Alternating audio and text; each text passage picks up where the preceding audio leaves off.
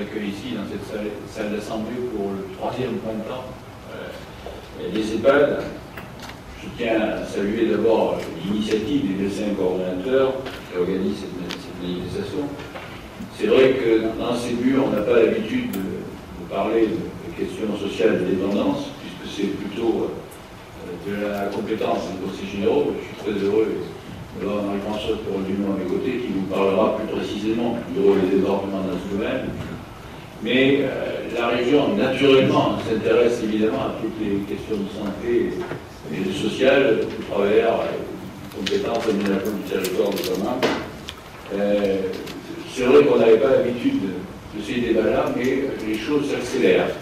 On parle aujourd'hui d'un 5e risque, on en parle. Malheureusement, on ne sait pas parler pour l'instant. J'espère qu'un jour, on avancera sur cette question-là.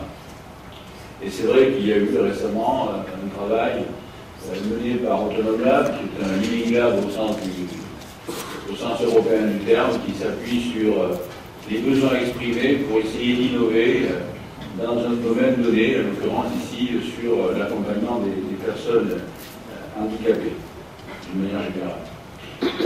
Je voudrais dire aussi qu'il y aura prochainement, je crois que c'est le 9 ou le 16 mai, je ne sais plus, la visite de Mme Bachelot qui sera là, et aux réunions à laquelle nous participerons, aussi bien Marie-Françoise Perrault-Dumont que moi, en fonction de nos compétences respectives d'ailleurs, sur cette question de la dépendance, puisque la région a effectivement des compétences en matière de formation notamment, et que la question de la formation se pose avec de plus en plus d'acuité.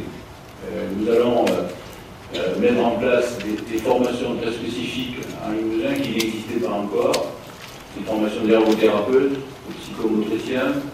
On va accentuer les formations de kinésithérapeutes parce qu'on a des formations de kiné, mais qui vont exercer après leur formation à Limousin, qui vont exercer ailleurs, particulièrement au soleil. Nous souhaitons que les kinés restent chez nous, et donc pour ça, leur formule, c'est d'essayer de les former sur place, de façon à ce qu'ils restent sur place. Nous travaillons avec l'ARS dans ce domaine, de façon à ce qu'on fidélise les gens qui sont formés chez nous et qui aujourd'hui font défaut, notamment dans les EHPAD. Donc effectivement, il y a un gros déficit de ce point de vue, et donc il faut que nous avancions dans cette direction.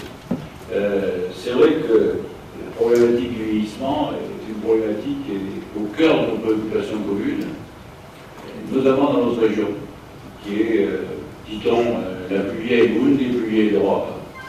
Et je dis toujours que les autres régions n'ont pas tardé à nous rattraper parce que la durée de vie augmente partout, tant mieux. Mais la question de la dépendance se pose de plus en plus. Et le traitement de cette dépendance est effectivement de plus en plus interpellé. Je crois que nul d'entre nous d'ailleurs ne peut savoir à quel moment cette dépendance va intervenir. Peut-être qu'elle n'interviendra jamais, en tout cas c'est ce que je nous souhaite tous, mais peut-être aussi qu'elle interviendra. Donc nous sommes tous plus ou moins touchés, ici ou là, par un parent qui est dépendant, par des amis qu'on connaît, et donc toute cette question-là est évidemment prégnante dans nos esprits.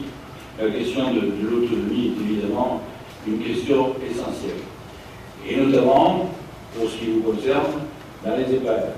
Et pour avoir été président du conseil d'administration d'EHPAD à l'époque où j'étais maire, je sais quel est votre rôle, je sais l'importance que vous jouez, et je souhaite effectivement que vous puissiez échanger, puisque vous avez des missions qui sont très complexes, évolutives, très personnalisées d'ailleurs, en fonction des résidents que vous avez à accompagner. Votre rôle est tout à fait important.